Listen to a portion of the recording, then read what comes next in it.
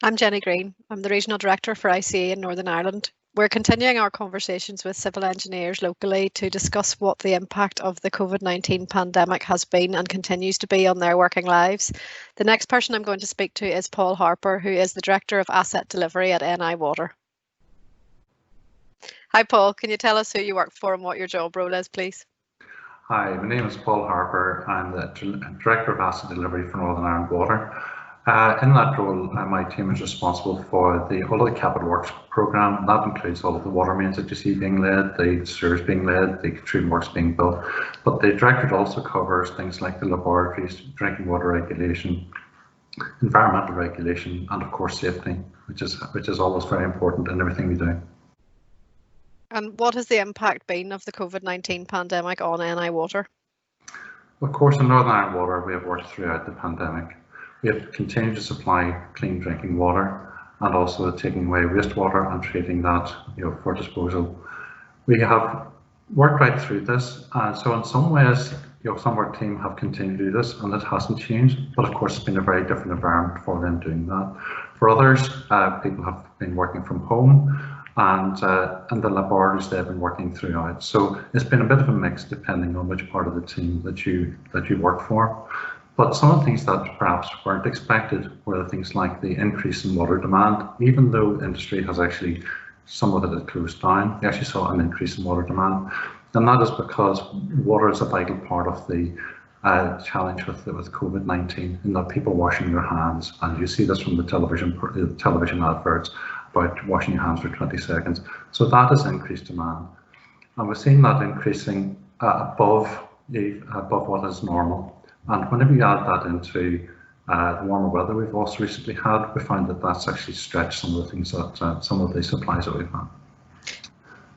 And the other thing with that is that with this being over a long period of time, we find that the reservoirs have actually been getting lower.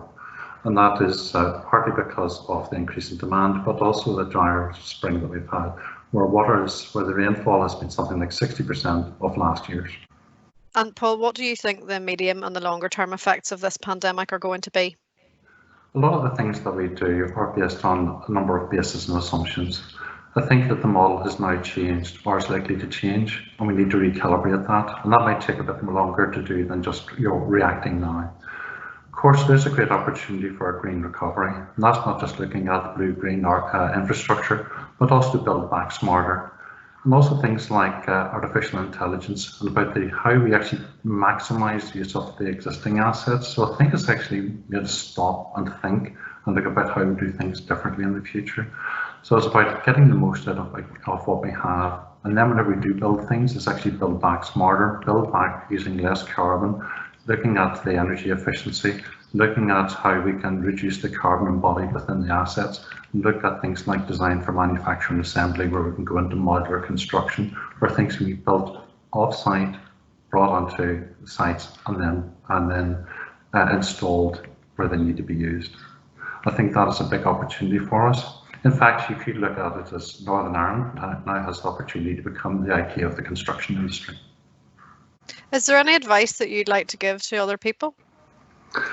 I think throughout all of this, it's actually be thoughtful to others. I mean, whenever you're working at home, a lot of us are working at home, and be actually thoughtful about people that are working in their own home environment. We're inviting ourselves into your home, and we have to respect that.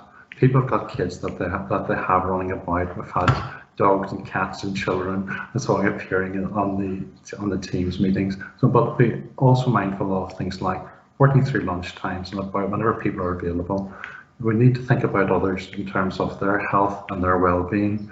And I think that this pandemic has put a lot of stress on people, and we need to be mindful of that and look after each other.